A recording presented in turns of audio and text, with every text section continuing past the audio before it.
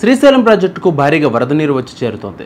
ఎగువ ప్రాంతాల నుంచి శ్రీశైలం జలాశయానికి వరద ప్రభావం కొనసాగుతోందని అధికారులు తెలిపారు. ఈ మేరకు సుంకిశాల జలాశయం నుంచి 8,824 క్యూసెక్కులు, అలాగే జూరాల ప్రాజెక్టు నుంచి 88,835 క్యూసెక్కుల వరద శ్రీశైలం జలాశయంలోకి వస్తోంది. శుక్రవారం ఉదయం 6 గంటల సమయానికి శ్రీశైలం జలాశయం నీటి మట్టం 818.20 అడుగులుగా ఉంది. అలాగే నీటి నిల్వ 39,05,529 టీఎంసీలుగా నమోదైంది. ప్రతి ఏటా జూన్ తర్వాత శ్రీశైలంలోకి వరద నీరు వచ్చి చేరుతుంది. ఈసారి మాత్రం మే నెలలోనే వరద కొనసాగుతోంది. ఇటీవల కాలంలో కురిసిన వర్షాలతో ఎగువ ప్రాంతాల నుంచి శ్రీశైలం ప్రాజెక్టులోకి వరద నీరు వచ్చి చేరుతోంది అంటున్నారు. పరిస్థితిని ఎప్పటికప్పుడు సమీక్షిస్తున్నారు అధికారులు. ఇక ఏపీ విషయానికి వస్తే ఏపీలో నైరుతి రుతుపవనాల ప్రభావంతో వర్షాలు కురుస్తాయని వాతావరణ శాఖ అంచనా వేస్తోంది. రాష్ట్రంలో వచ్చే 3 రోజుల పాటు పలు ప్రాంతాల్లో తేలికపాటి నుంచి ఓ మోస్తారు వర్షాలు పడతాయంటున్నారు. రుతుపవనాలకు తోడుగా బంగాళాఖాతంలో ఏర్పడిన వాయుగుండం ప్రభావంపై క్లారిటీ ఇచ్చారు.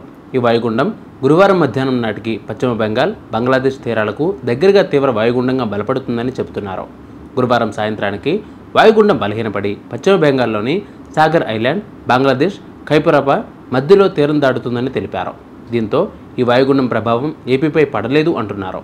ఇక రుతుపవనాల ప్రభావంతో రాష్ట్ర వ్యాప్తంగా విస్తరిస్తున్నాయి. ఈ క్రమంలో వర్షాలు పడుతున్నట్లు చెబుతున్నారు.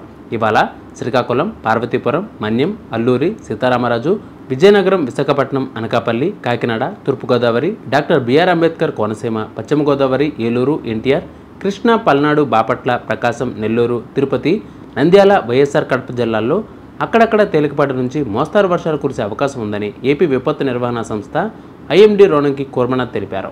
ప్రజలు అప్రమత్తంగా ఉండాలని అధికారులు సూచించారు. మరోవైపు హోం విపత్తు నిర్వహణ మంత్రి అనిత సూచనల ప్రకారం నదీ తీరాలు, సరస్సులు, చెరువులు, కాలువల్లో మునిగిపోయే కేసులను తగ్గించడానికి ప్రమాదాన్ని కలిగించే నీటి వనరులు ఆయా ప్రాంతాలను తక్షణం గుర్తించి హెచ్చరిక బోర్డులను ఏర్పాటు చేయాలని జిల్లా కలెక్టర్లకు సూచనలు జారీ చేశారు.